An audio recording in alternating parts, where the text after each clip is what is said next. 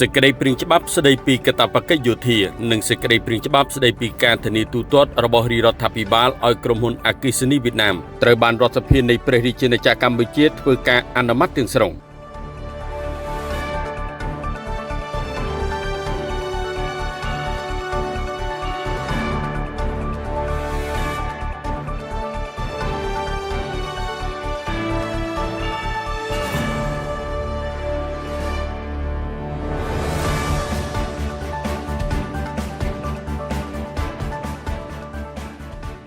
សម្ដេចមហារដ្ឋសភាទីការធិបតីខុនសូដារីប្រធានរដ្ឋសភានៃព្រះរាជាណាចក្រកម្ពុជាបានអញ្ជើញដឹកនាំសម័យប្រជុំរដ្ឋសភាជាវិសាមញ្ញនីតិកាលទី7នៅព្រឹកថ្ងៃទី12ខែឧសភាឆ្នាំ2026នេះ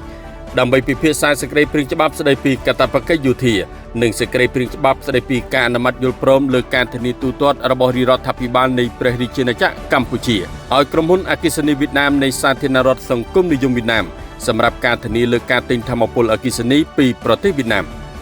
សេចក្តីព្រាងច្បាប់ស្តីពីកាតព្វកិច្ចយោធាមានចំនួន8ជំពូកនិង20មាត្រា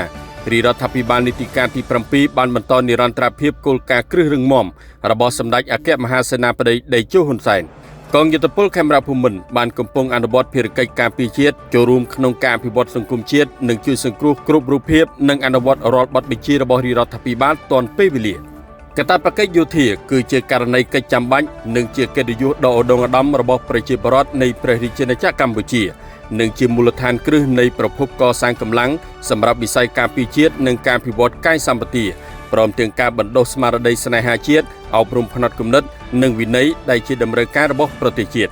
ក្រោយពីបានពិភាក្សាយ៉ាងផុសផុសតាមនីតិវិធីរដ្ឋសភាបានអនុម័តសេចក្តីព្រាងច្បាប់ស្តីពីកាតព្វកិច្ចយោធាជាឯកច្ឆន្ទក្នុងសម្លេងគាំទ្រចំនួន114នៃចំនួនសមាជិករដ្ឋសភាទាំងមូលដោយឡែកសេចក្តីព្រាងច្បាប់ស្តីពីការអនុម័តយល់ព្រមលើការធានាទូទាត់របស់រាជរដ្ឋាភិបាលនៃព្រះរាជាណាចក្រកម្ពុជាឲ្យក្រុមហ៊ុនអគ្គិសនីវៀតណាមនៃសាធារណរដ្ឋសង្គមនិយមវៀតណាមសម្រាប់ការធានាលើការទិញថាមពលអគ្គិសនីពីប្រទេសវៀតណាមរួមមាន3មាត្រា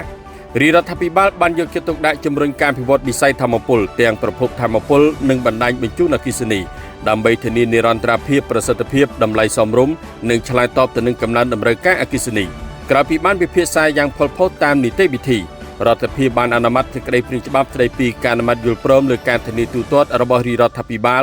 នៃព្រះរាជាណាចក្រកម្ពុជាឲ្យក្រុមហ៊ុនអគ្គិសនីវៀតណាមនៃសាធារណរដ្ឋសង្គមនិយមវៀតណាមសម្រាប់ការធានាលើការទិញថាមពលអគ្គិសនីពីប្រទេសវៀតណាមជាឯកច្ឆន្ទដោយសម្លេងគាំទ្រចំនួន114សម្លេងលើចំនួនសមាជិករដ្ឋសភាទាំងមូល